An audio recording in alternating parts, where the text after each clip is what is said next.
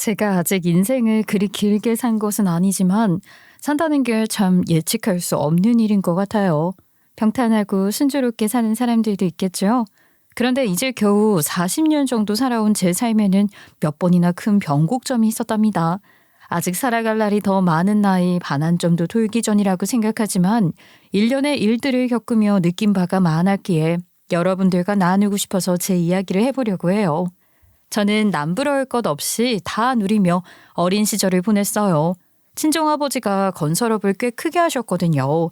그런데 아버지 사업이 잘못되면서 인생이 완전히 바뀌게 된 거죠. 그때가 제가 중학교 3학년이었을 때였어요. 아버지는 회사를 정리하시며 전 재산을 탈탈 털어 직원들 월급, 퇴직금, 하청업체 잔금 등을 정산했는데 그러고도 적지 않은 빚을 져야 했어요. 친정아버지는 숙식을 제공하는 건설 현장 일자리를 찾아 전국을 돌아다니셨고 엄마마저 입주 도우미로 들어가시면서 저와 저보다 7살이나 어린 여동생은 외할머니 댁에 맡겨줄 수밖에 없었답니다. 우리 수연이 아직 엄마가 많이 챙겨줘야 하는데 어린 동생까지 챙기게 해서 엄마가 많이 미안해. 주말에는 엄마가 올 거니까 엄마가 없는 동안에는 수연이가 수민이 돌봐줘야 해. 부탁해. 고마워. 사랑해 우리 딸. 엄마 나랑 수민이 걱정은 안 해도 돼. 엄마야말로 설거지도 잘 안 해봤으면서 난 엄마가 더 걱정이다 뭐. 외할머니 말씀도 잘 듣고 잘 있을 테니까 엄마도 너무 무리하지 말고 잘하고 와. 온 식구가 그렇게 흩어져 돈을 벌어 빚을 갚고 있었기 때문에 저 역시 고등학교에 진학한 후에는 아르바이트를 하며 생활비를 보탰어요. 그리고 대학에 가는 대신 본격적으로 돈을 벌어 부모님을 도와 얼른 빚을 갚고 싶다는 생각밖에 없었죠. 수연아, 빚은 엄마랑 아빠가 버는 걸로 천천히 갚으면 돼. 그러니까 너는 그냥 대학에 갔으면 좋겠는데 그렇게 하면 안 되겠니? 공부에도 다 때가 있는 거잖아. 응? 엄마 아빠 이렇게 고생하는데 나만 대학생 되면 뭐해. 하나도 즐겁지 않을 거야. 나도 제대로 된 월급 받으며 일해서 남은 빚 얼른 다 갚아버리고 우리 네 식구 같이 모여 살 수 있는 작은 집이라도 마련하면 대학은 그때 갈래. 그래야 공부도 더 열심히 할 수 있을 것 같아. 나 뭐든지 하면 제대로 해야 적성이 풀리는 애라는 거 엄마도 알잖아. 그렇게 꼬박 5년을 고생한 끝에 지긋지긋했던 빚을 다 갚고 18평짜리 작은 아파트 보증금도 장만할 수 있었어요. 그때 제 옆에서 자기 일처럼 기뻐해준 사람이 있었는데 바로 지금의 남편이랍니다. 남편은 제 과외 선생님이었어요. 중학교 3학년이 될 때 당시 대학교 신입생이었던 남편이 저의 새로운 과외 선생님이 되었는데 같이 공부한 지 1년도 되지 않아 아버지 사업이 잘못되는 바람에 더 이상 과외 수업을 받을 수 없게 되었었지만 가끔 안부를 나누는 사이였어요. 특히 남편이 군대에 있을 때 편지를 주고받으며 소개하기도 할 수 있는 사이가 된 것 같아요. 남편은 제가 식구들과 같이 살 집으로 이사가는 날이 정해졌던 날 제게 정식으로 사귀자고 했어요. 수연아, 드디어 식구들이랑 다 같이 살게 된 거 축하해. 내가 너를 어렸을 때부터 봤지만 나는 늘 네가 참 대단하다고 생각했어. 너는 내가 아는 그 어떤 사람보다 씩씩하고 긍정적이고 밝은 기운이 가득한 사람이야. 너를 보면서 나도 더 좋은 사람이 되고 싶다는 생각이 늘 했던 것 같아. 너한테 좋은 사람이 되어주고 싶어. 남편은 그리 넉넉한 집에서 자란 것은 아니었지만 공부를 잘해서 우리나라에서 제일 좋은 대학을 졸업했고 당시 행정고시, 지금으로 말하자면 5급 공무원 시험을 준비하고 있었어요. 번번이 너무 아쉬운 점수 차이로 2차에서 실패를 하고 있었는데 연애를 시작한 그해 시험에서도 낙방을 하고 말았었죠. 시험에 붙고 당당하게 청혼해서 너 데려와 행복하게 해주고 싶었는데 그래서 청혼도 1년 더 미뤄야 하나 생각했는데 너랑 같이 살면 공부도 더 잘 될 것 같고 힘이 날 것 같아. 나랑 결혼해 줄래? 남편의 청혼을 받고 티끌만큼의 망설임도 없이 그 자리에서 그러겠노라 대답을 했을 정도로 저도 남편을 믿고 의지하고 있었어요. 다만 엄마가 조금 걱정을 하시긴 했죠. 시험에나 붙고 나서 해도 될 텐데 아직 연애도 1년밖에 안 했잖아. 정우를 못 믿어서가 아니라 둘이 살면서 밥해 먹고 공부하고 그럴 수 있겠어? 힘들지 않겠어? 오빠가 자기도 아르바이트 할 수 있다고 나도 같이 수능 준비를 하자고 해. 오빠랑 같이 하면 못할 게 없을 것 같은 기분이긴 해. 엄마 잘할 수 있을 거야. 그러니까 허락해 주세요. 정우 시험 붙고 나면 조건 좋은 혼처가 쏟아질 텐데 우리 집 형편이 이래서 정우 부모님이 반대하시거나 마뜩잖아 하시는 건 아닐지 모르겠다. 에휴, 이래도 걱정 저래도 걱정이네. 오빠 부모님도 나를 많이 인정해 주세요. 우리 집 사정 다 아시니까 엄마 말처럼 그런 생각 하실 수도 있는데 한 번도 불편한 내색을 비치신 적이 없었어. 오빠랑 내가 더 잘하면 되지 뭐. 다 잘 될 거야. 그렇게 남편과 저는 둘이 공부할 책상 2개를 넣고 나면 침대 놓을 공간도 겨우 나오는 좁은 원룸에서 신혼생활을 시작했어요. 우리는 월세 내고 밥 해먹을 생활비 간신히 할 수 있을 정도로 딱 그 정도만 아르바이트를 하며 공부를 했죠.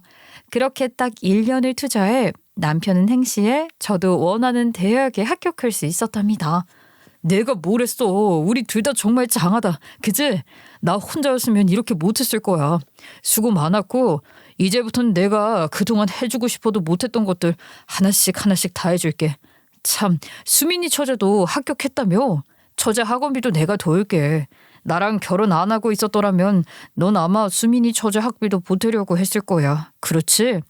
아, 그런 생각까지 해줄 줄 몰랐는데 고마워. 근데 아마 아빠가 안 받으실 거야. 수민이 등록금 보태겠다고 내가 이미 말씀드렸었거든. 아빠 하시는 일도 잘 되고 있어서 등록금 걱정 안 해도 된다고 하시더라.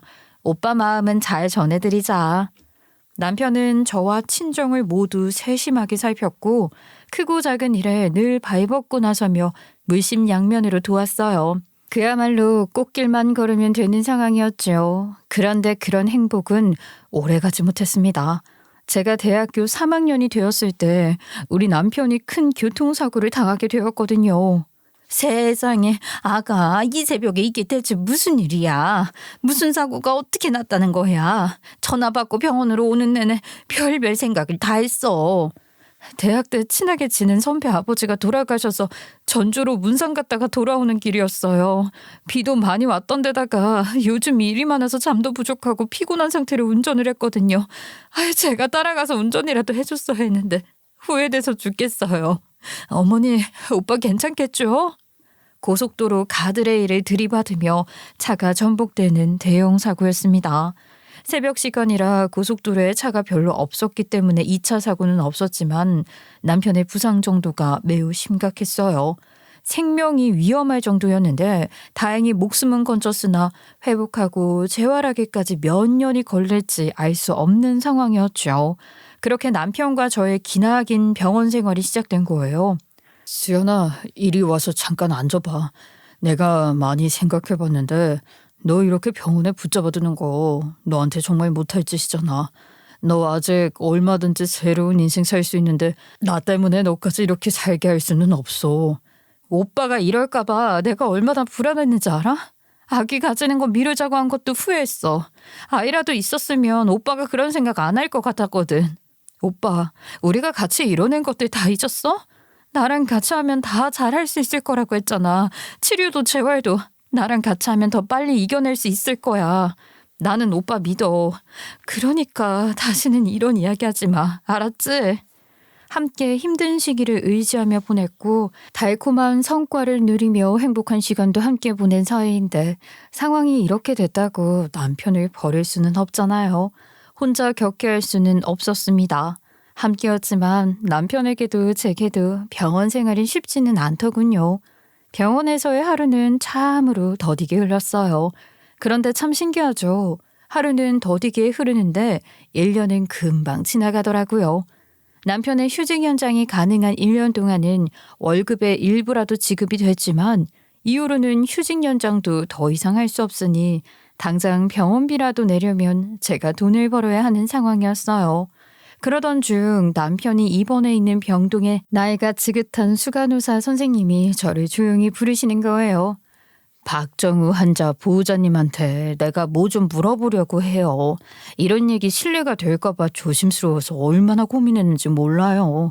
근데 우연히 친정어머니랑 얘기 나누는 걸 들었는데 일자리를 찾아보려고 하는 게 맞아요? 네, 선생님, 실례라뇨. 괜찮아요. 아직 남편은 병원에 한참 더 있어야 할 텐데, 제가 할 수 있는 일이 있다면 저라도 벌어야 하는 상황이에요. 제가 할 수 있는 일이 어떤 게 있을지 모르겠지만 찾아보려고요. 저기, 사실은 내가 일자리 추천을 하려고 하는데요. 우리 병원 청소를 맡아주시는 여사님들 계시잖아요. 거기 빈자리가 하나 생겼다고 들었어요. 병원에서 채용에 관여하지는 않고 용역업체가 따로 있는데 거기서도 아는 사람들 위주로 아름아름 채용을 하더라고요. 근데 병원 청소가 일이 그렇게 힘들지도 않고 안정적이기도 하고 그래서 꽤 인기가 많아요. 그래서 일을 하려고 하는 사람을 구하는 건 쉬운데 믿을 만한 사람을 채용하고 싶어 하시니까 여사님들이 아는 사람들을 추천하는 게 일반적이거든요. 우리 병원에서 제일 오래 일하신 여사님을 내가 잘 알아서 그런 얘기를 듣게 됐는데 박정우 환자 보호자님 생각이 나더라고요. 청소 일을 어떻게 생각할지도 모르고 그렇지만 일단 물어나 보는 거예요. 어머, 선생님, 고맙습니다. 병원에서 일할 수 있다니 우선 그게 너무 좋아요. 저한테 이보다 더 좋은 일자리가 어디 있겠어요. 청소 일이 어때서요? 저 고등학교 다닐 때부터 안 해본 아르바이트가 없고 저희 엄마는 입주 도우미도 하고 그러셨던걸요. 저는 직업에 대한 선입견 같은 거 없어요. 이렇게 몸 쓰는 일을 할 수 있게 건강한 게 감사한 일이죠. 저 소개 좀 해주세요. 소개해 주신 거 민망하시지 않게 열심히 잘할 수 있어요. 평소 저를 좋게 봐주신 수간호사 선생님 덕분에 저는 그렇게 병원에서 청소하는 일을 시작할 수 있었답니다. 직업의 귀천이 어디 있나요? 게다가 남편이 입원해 있는 병원에서 일을 할 수 있으니 저한테는 최고의 일자리였죠. 저는 지금도 항상 감사하면서 이 일을 하고 있어요. 병원에서 남편을 돌보고 병원에서 일하고 잠도 병원에서 거의 자다 보니 하루 종일 병원을 벗어나는 일이 없었지만 그래도 시댁 관련된 일은 가능하면 챙기려고 했는데 제사나 명절 외에 처음으로 있었던 시댁 행사가 시동생 결혼식이었어요. 치과 의사였던 시동생이 같은 과 동기와 결혼을 한 게 남편이 사고를 당한 다음 해였으니 그게 벌써 9년 전이네요. 나 결혼식 끝나면 바로 올 테니까 조금만 기다리고 있어요. 점심 혼자 먹게 해서 미안해. 혼자 먹는 병원 밥맛 없더라도 골고루 먹어야 해. 알지? 아이, 내가 무슨 애야. 걱정 말고 잘 다녀와. 내 목까지 축하 많이 해주고 사진도 찍고 패백도 보고 밥도 맛있게 먹고 장인어른이랑 장모님도 오실 거 아니야. 밖에서 차도 한잔 마시고 천천히 와도 돼. 아유 무슨. 사실 난 결혼식도 안 가고 자기 치료받을 때 같이 있어주고 싶은데 자기가 하도 다녀오라 그래서 억지로 가는 거야. 아니 근데 상견례 우리가 갈 상황이 아니었으니까 병원으로 인사 정도는 한번 와야 하는 거 아니야? 서방님 올 때 같이 왔으면 됐을 텐데 서방님 혼자 보내고 말이야. 동서될 사람 얼굴을 결혼식에서나 제대로 보내. 그런 소리 마. 내가 사고 나서 병원에 있게 되는 바람에 상견례도 미루고 결혼식도 예정보다 늦게 하게 된 거잖아. 그것만 해도 나는 미안한 사람이지 뭐. 그리고 바쁜 사람 아니야. 그렇게 이해하고 자기도 괜히 서운해하고 그러지 마. 자기 속만 상하잖아. 그렇죠 뭐. 손이 동서라고는 해도 교류가 많지도 않았어요. 1년에 몇 번 만날 일도 없으니 서로 감정 상할 일도 그만큼 적었죠. 서방님은 결혼 후에도 한 번씩 혼자 들러 남편의 말동무를 해주다 가곤 했지만 동서는 한 번도 온 적이 없었어요. 게다가 부부가 함께 치과를 개원한 후로는 더 바빠졌고 아이도 어리니 장기 입원해 있는 남편 병문안을 오는 일이 쉽지는 않을 거라고 이해하려고 할 수밖에요. 늘 병원에서 똑같은 일상을 보내는 저였기에 시간이 어떻게 흐르고 있는지 감각이 무뎌지기 십상이었는데 서방이가 동선의 아이가 자라는 것을 전해 들으며 세월을 실감하곤 했죠. 시어머니가 병실에 오실 때마다 이런저런 이야기를 많이 해주셨거든요. 은서는 또 무슨 영재 캠프인지 뭔지 하는 그런 데 간다고 하더구나. 잘 모르는 내가 보기에도 애가 똘똘하긴 해. 그런데 애미가 너무 극성인 건 아닌가 싶고 그러네. 아직 어린애인데 그런 캠프에도 너무 자주 보내는 것 같고 말이야. 미술도 시키고 무용도 시키고 악기도 여러 개 시키는 것 같던데 이것저것 시켜보고 제일 잘하고 좋아하는 게 보이면 집중하려나 보죠 뭐. 동서가 어련히 알아서 하겠어요. 아이 그래 그렇잖아도 말은 그렇게 하더라. 어릴 때 최대한 다양하게 경험을 시켜줘야 한다나 뭐라나 그러더라고. 지 자식이니 지 알아서 할 일이지만 너무 무리하게 시키는 건 아닌가 싶어서 한마디 했더니 아유 10마디 하려고 들길래 그런 말도 안 해야지 싶었지. 어머, 그래도 동서가 어머님께 그러면은 안 되죠. 다 위하는 마음으로 하시는 말씀이신데요. 아무리 잘난 사람이라도 시어머니께 그러는 법이 어딨어요. 제가 손이가 되어서 맏며느리 역할도 못하고 죄송해요 어머니. 아이고 그런 말 말거라. 너 같은 며느리를 둔 내가 복이 많은 거지. 둘째도 지 나름으로 노력을 한다고 하는 걸 거야. 내가 괜한 얘기를 해서 아유 너까지 마음 쓰게 하는구나. 이래서 늙으면 주책이라고 하는 거지. 동서는 본인이 의사라는 것에 대단한 자부심과 우월감을 가진 사람이었어요. 사실 우월감 정도가 아니라 어지간한 사람은 다 자기 아래로 보고 대놓고 무시하며 무례한 언행을 서슴지 않고 하는 사람이라고 할 수 있을 거예요. 그런 사람이니 시댁이 눈에 찰 리가 없었을 텐데 서방님을 좋아하긴 많이 좋아하는 것 같았어요. 그러니 서방님한테 밉보이지 않으려고 제 딴의 시부모에게는 최소한의 예의는 지킨다고 생각하겠지만 제 눈에는 거슬리는 것이 한두 가지가 아니었고 상처받았을 시부모의 마음도 훤히 보여서 마음 아픈 적도 많았거든요. 한 번은 이런 적도 있었어요. 제삿날에 동서가 시댁에 딸 은서를 데리고 왔는데 거기까지 와서도 숙제인지 뭔지 공부를 시키는 게 아니겠어요? 아직 어린애가 두 자릿수 곱셈 문제를 풀더라고요. 제 딴에는 그게 너무 신기해서 애가 문제를 푸는 걸 유심히 보고 있었죠. 근데 문제 하나를 잘못 푼 게 보여서 제가 잘못 푼 과정을 바로 잡아주며 가르쳐주고 있었는데 동서가 들어와서는 난리를 치더라고요. 형님 그런 식으로 틀린 부분을 설명하시면 어떡해요? 특히 수학은 그렇게 아무렇게나 마음대로 설명하면 큰일 난다고요. 잘 알지도 못하면서 함부로 참견하지 마세요. 사고력 학습이 얼마나 중요한데. 아우 정말. 아니 동서 내가 뭘 그렇게 잘못했다고 그래. 잘못 푸는 게 보이길래 그 부분을 다시 풀어보라고 한 것밖에는 없는데 이게 그렇게 난리칠 일이야? 아 진짜 말이 통해야 무슨 말을 해도 하지. 형님 제가 형님 생각해서 할 말 다 안 했는데 다 말씀드려요. 우리 은서가 공부하는 방식은 초특급 영재들한테 특화되어 있는 거라고요. 서울대 연고대 출신들 중에서도 영재 교육에 대한 프로세스를 전문적으로 공부한 선생님들 아니고서는 과외도 함부로 안 시킨다고요. 근데 형님이 뭐라고 우리 애를 가르치시는 거예요? 형님 늦게나마 들어가서 다니셨다는 대학은 잘 봐줘야 중위권이고 전공도 그저 그런 데다가 졸업도 못하셨다면서요. 동서야말로 하나만 알고 둘은 모르는 것 같네. 영재교육이라는 게 얼마나 허점이 많은 건지 알고는 있어? 동서가 말하는 그 초특급 영재들을 위한 프로세스라는 거 말이야. 그 말 자체가 모순이잖아. 영재니 천재니 하는 걸 뭘로 판단하는 건지 모르겠지만 어쨌든 그렇게 특별하다고 치자. 그런 특별한 애를 특정 프로세스에 한정해서 가르친다는 게 얼마나 어리석은 거야? 그게 다 실체도 없는 상술에 놀아나는 건데 동서는 똑똑하다는 사람이 그것도 몰라? 자식이래는 다 그렇게 맹목적이 되는 건가? 병원에서 화장실 청소나는 형님이 뭘 안다고 누가 누굴 가르쳐요?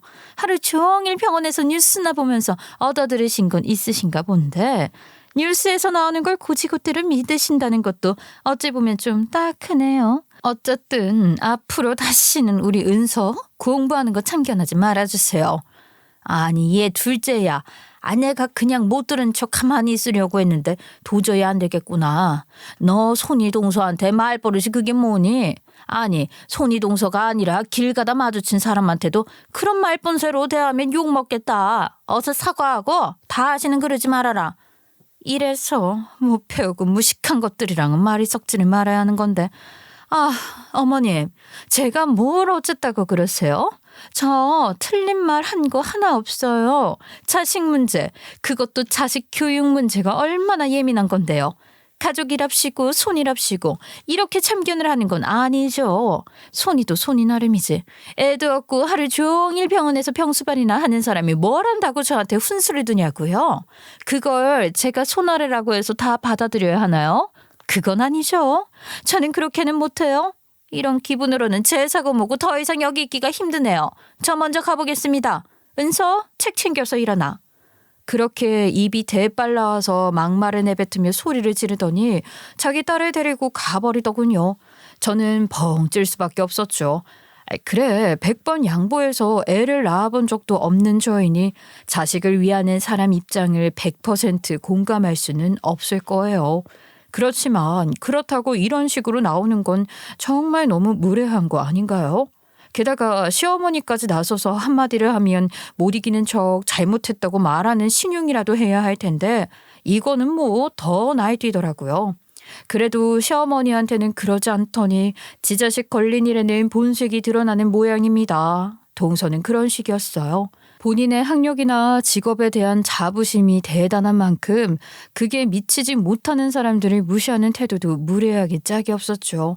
그게 가족이어도 말이에요. 그러던 어느 날 제가 동서에게 완전히 뚜껑이 열리는 일이 생긴 거예요.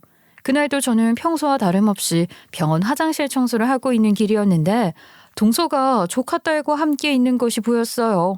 으리으리하게 커다란 과일 바구니를 들고 있는 것으로 보아 누군가 중요한 사람 병문안을 온 모양인데 일행을 만나기로 했는지 전화기를 들고 두리번거리고 있었죠.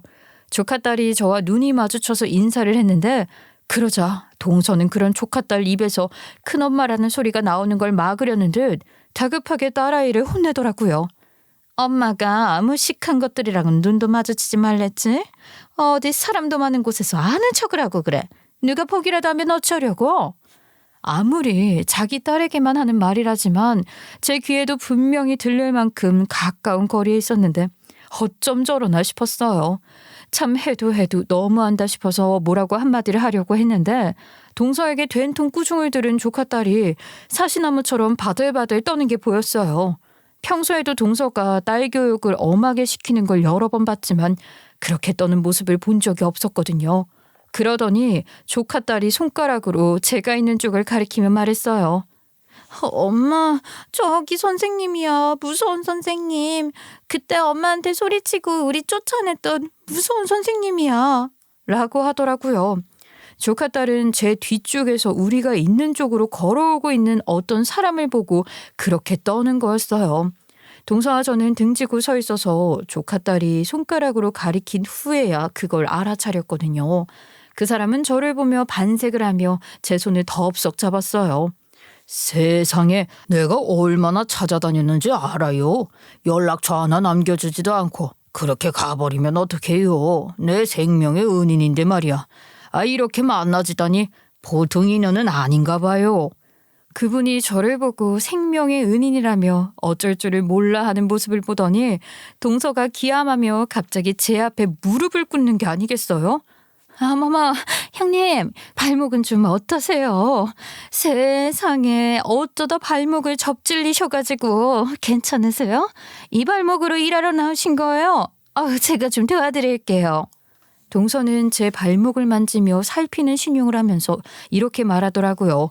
기가 막혀서. 지가 언제부터 제 발목에 관심이 있었다고 그러는지 말이에요. 게다가 병원에서 일하다가 발목 접질린 게 언젠데 시댁에서 그 이야기할 때는 들은 척도 안 하더니 갑자기 일어나 싶어서 어이가 없었어요. 갑자기 왜 이래? 무식한 것들이랑은 눈도 마주치지 말라며 방금 전에 딸내미 혼내던 사람 아니었어? 동서가 좀 전에 한 말 다 들었어.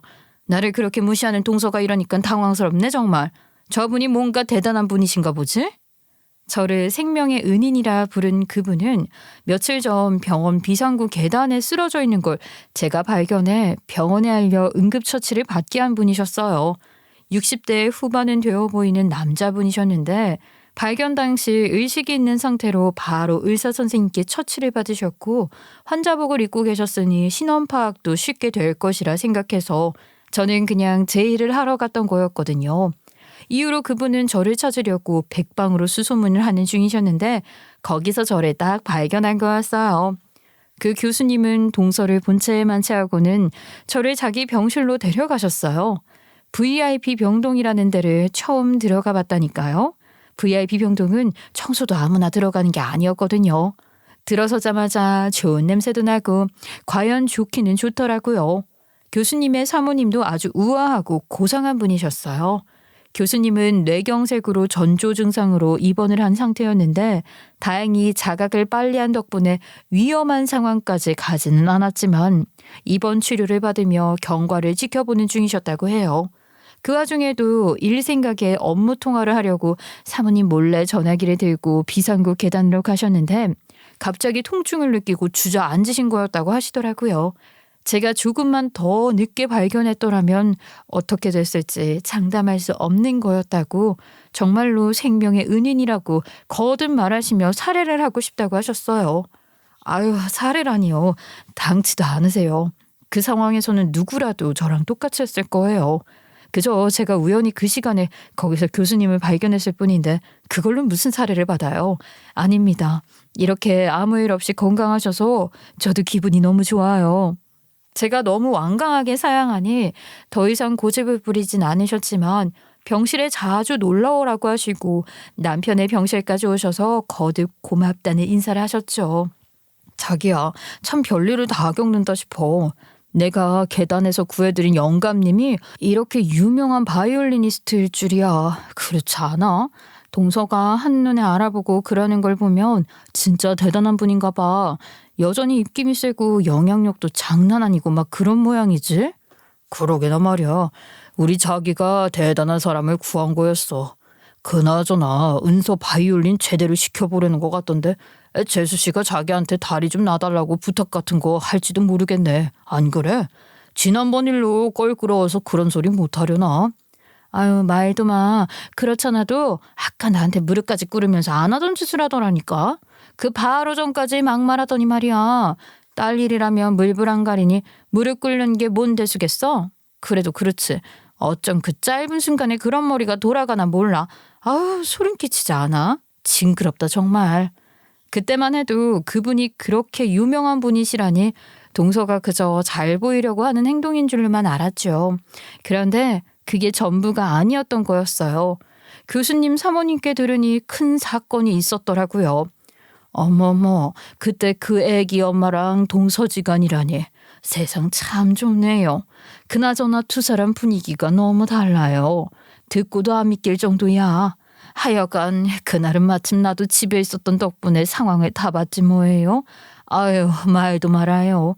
우리 집 양반이 워낙 꼬장꼬장해서 제자들이고 후배들이고 사람 혼내는 걸 한두 번 본 게 아닌데 그렇게 역정을 내며 소리를 지르는 건 처음 봤다니까. 대체 무슨 일이 있었던 거예요? 보시다시피 동서랑 저는 말만 가족이지 통하는 구석도 없고 또 뭐 자주 만날 일도 없으니 저는 전혀 모르는 일이거든요. 하긴 조카 딸까지 교수님을 알아보고 벌벌 떠는 게 이상하긴 했어요. 동서라는 분이 자기 딸 바이올린 레슨을 우리 영감님한테 받게 하려고 오랫동안 공을 들였던 모양이에요. 근데 우리 집 양반이 제자 고르는 게 보통 까다로운 게 아니니 쉽지 않았겠죠. 그래서 환심을 사려고 우리 집 양반이 좋아하는 화가의 그림을 선물하겠다고 들고 왔더라고요. 어떻게 수소문을 해서 좋아하는 화가까지 알아냈는지는 모르겠는데 그런 류의 뇌물을 극도로 혐오하는 대쪽 같은 분이라는 소문은 못 들었나 보더라고요. 그 그림 때문에 우리 집 양반은 그야말로 노발대발 난리가 나서 아유 어린애까지 있는데 불같이 화를 내며 소리를 질렀다니까요. 거의 혼비백산한 채로 쫓겨났으니 어린애가 그렇게 떨었다는 게 놀랍지도 않아요. 그런 거였더라고요. 그 일로 동서는 교수님께 단단히 찍혔고 딸 앞날에 불이익이라도 있을까 봐 전전긍긍하며 인맥을 총동원해서 그 교수님께 용서를 구할 방법을 모색하던 차에 그분이 나를 생명의 은인이라 부르는 걸 눈앞에서 보고 듣게 된 거예요. 그 짧은 순간에 어떻게든 그 교수에게 잘 보이려고 저를 이용해 보려고 했던 거죠. 얼마 지나지 않아 시어머니를 통해 제가 교수님을 구한 자초지종을 들은 동서가 처음으로 병원으로 저를 찾아왔더라고요. 형님, 아유 진작 한번 찾아뵀어야 하는데 죄송해요. 형님, 얘기 들으셨다면서요? 교수님께 제 얘기 좀 잘해주세요. 은서일이잖아요. 조카딸도 딸인데 안 그래요?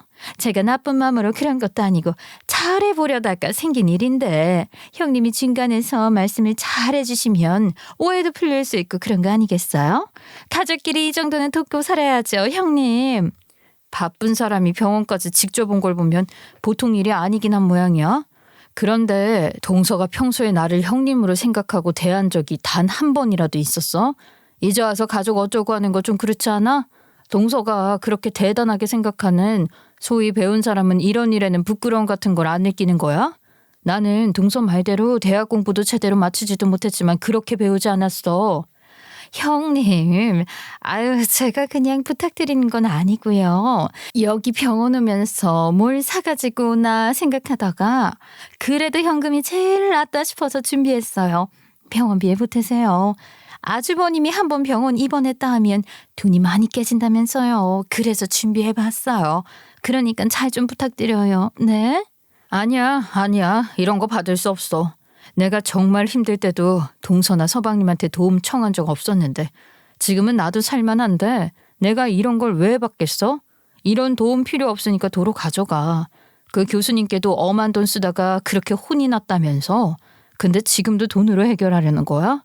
그리고 나는 동서가 한 행동을 변호해줄 마음이 전혀 없으니까 다시 올 필요도 없어. 그만 돌아가줘.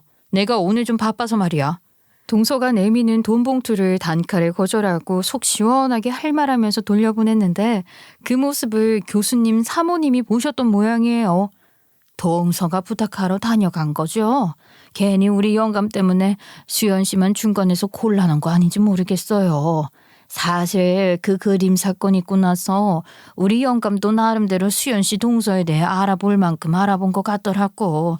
아니 나는 그래도 좋은 게 좋은 거라고 애까지 데리고 왔는데 너무 심하게 말하고 쫓아낸 게 마음에 걸렸었거든. 근데 그 동서라는 사람, 주변 사람들 사이에서도 평이 너무 안 좋은 거예요. 잘났다는 사람들 모임에서도 오만하고 거만하기가 이를 데가 없어서 좋지 않게 보는 사람들이 많은 모양이에요.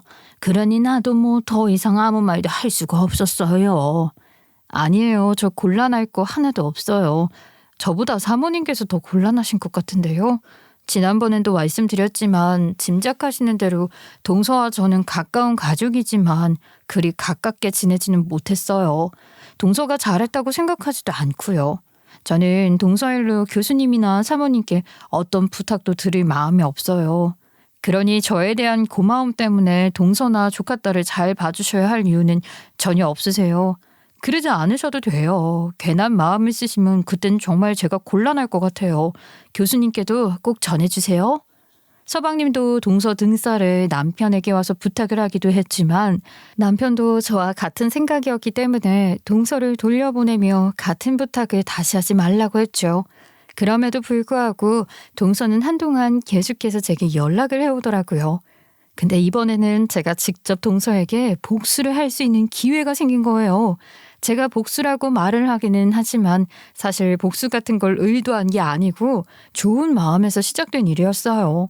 저랑 같이 청소 일을 하시는 여사님에게 동선의 치과를 소개했거든요.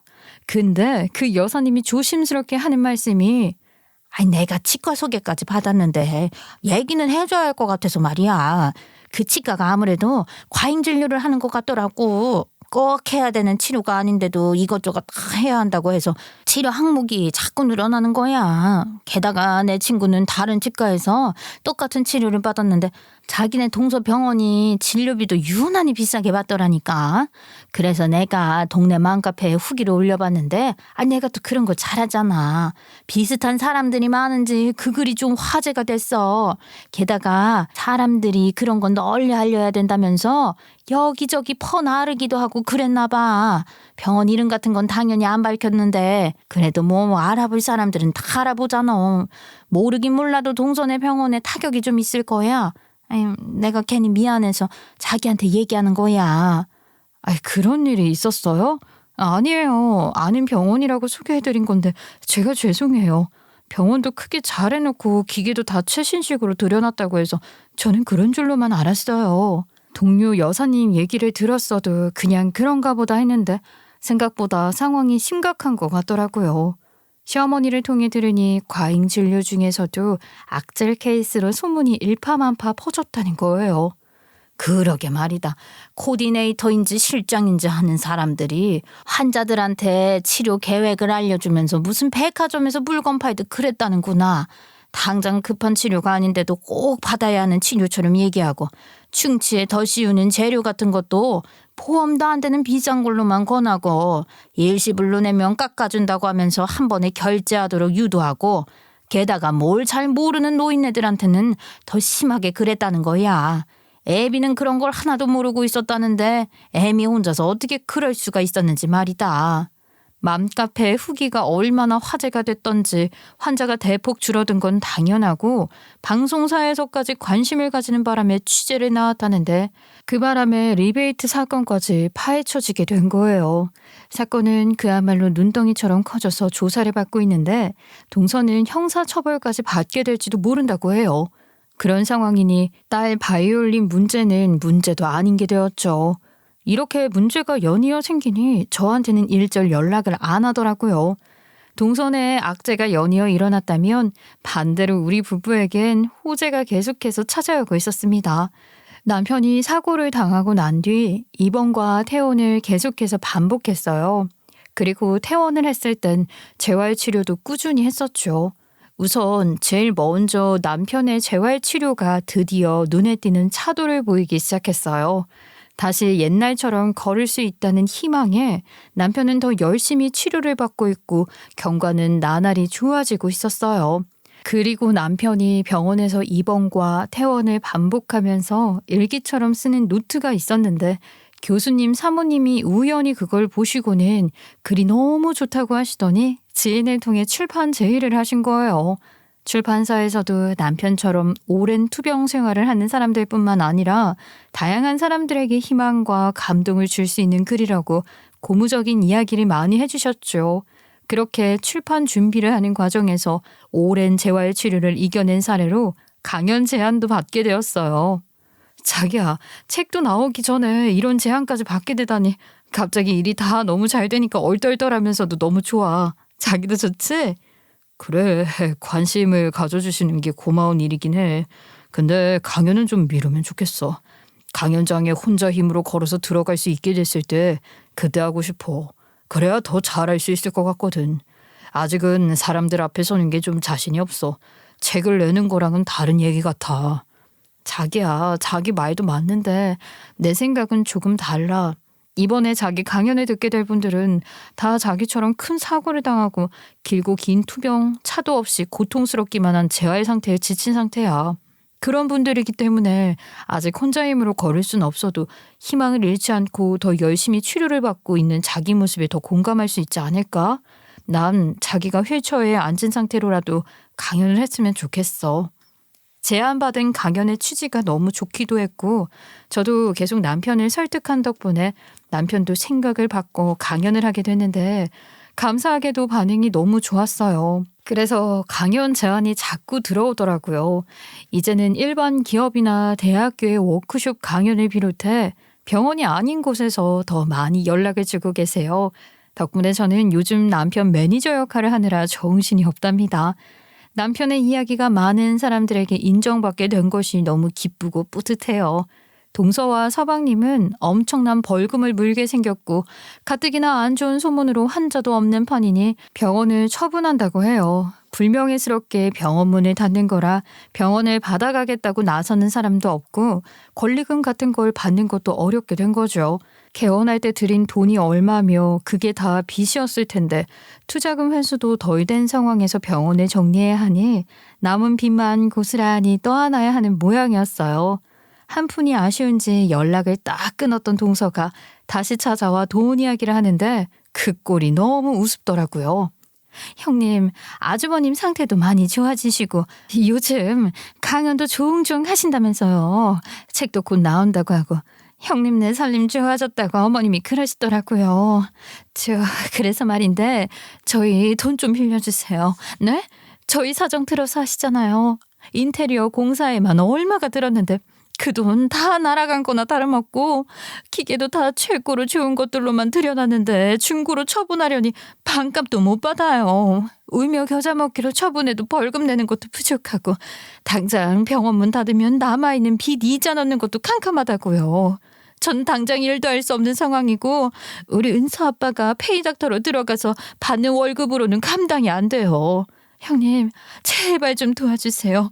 부탁드려요. 동서는 힘들게 되니 왜 시댁 식구들한테 이래? 어머님께도 집담보로 대출 받아달라고 한다면서 동서가 허구헌날 시댁 무시하면서 얘기하던 그 잘난 친정 식구들한테 부탁하면 될 거 아니야? 못 배우고 무식해서 돈도 잘 못 버는 우리가 무슨 능력으로 동서를 돕겠어? 형님, 제가 뭘 모르고 철이 없어서 그랬어요. 잘못했어요. 잊어주세요. 제가 앞으로 정말 잘할게요. 당장 이번 달 이자 낼 돈도 부족해요.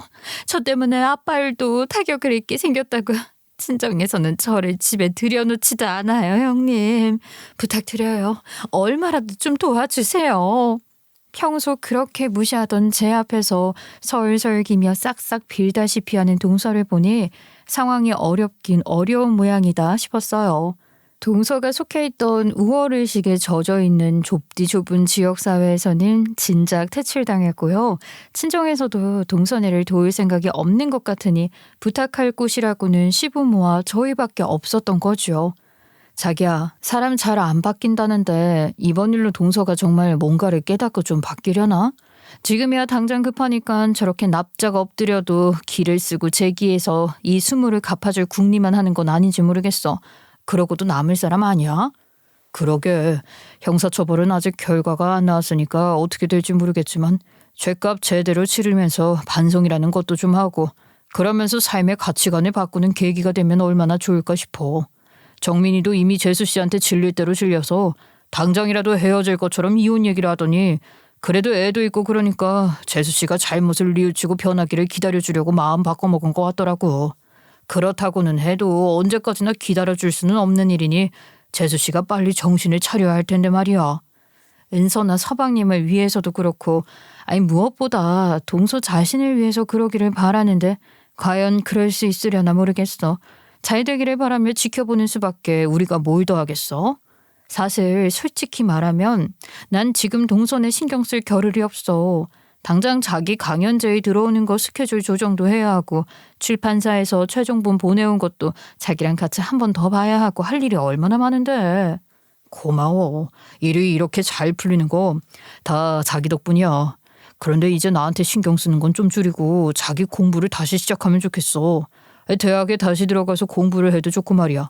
제때 공부를 하지 못한 거에 대한 아쉬움이 있을 것 같기도 하고 자기가 또 워낙 공부하는 걸 좋아했으니까 나는 자기가 지금이라도 공부를 하면 좋겠는데 꼭 공부가 아니더라도 뭐가 됐든 자기가 하고 싶은 걸 잘 생각해봐.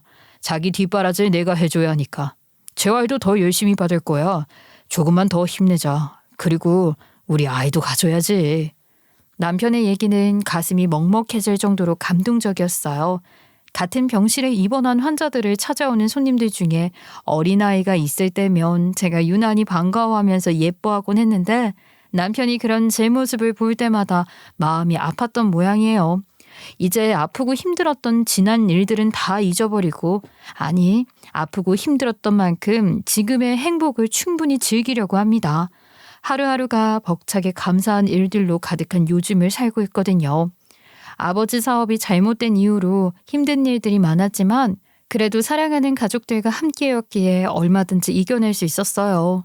남편이 사고를 당했을 때도 마찬가지였죠. 하늘이 무너지는 것 같았지만 남편이 살아있음에 감사했어요. 그렇지만 동서에게 당한 멸시와 굴욕은 참기 힘들었던 것 같아요.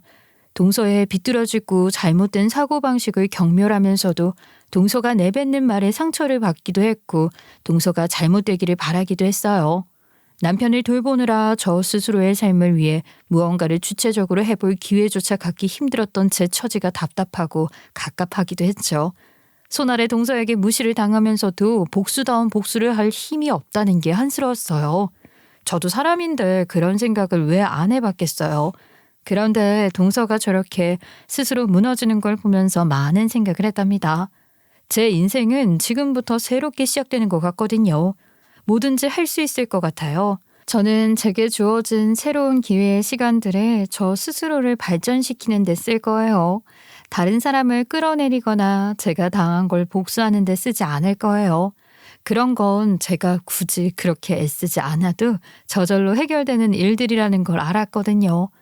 물론 부당한 일을 당해도 참겠다는 얘기는 절대로 아닙니다. 지금까지도 전 그러진 않았어요. 할 말은 하고 살아야죠. 나쁜 일을 당했다고 해서 저도 똑같이 나쁜 마음으로 해코지를 하려고 하지는 않을 거란 거예요. 여러분, 지금 이렇게 새롭게 시작하는 저를 응원해 주실 거죠? 저의 긴 이야기 들어주셔서 감사합니다.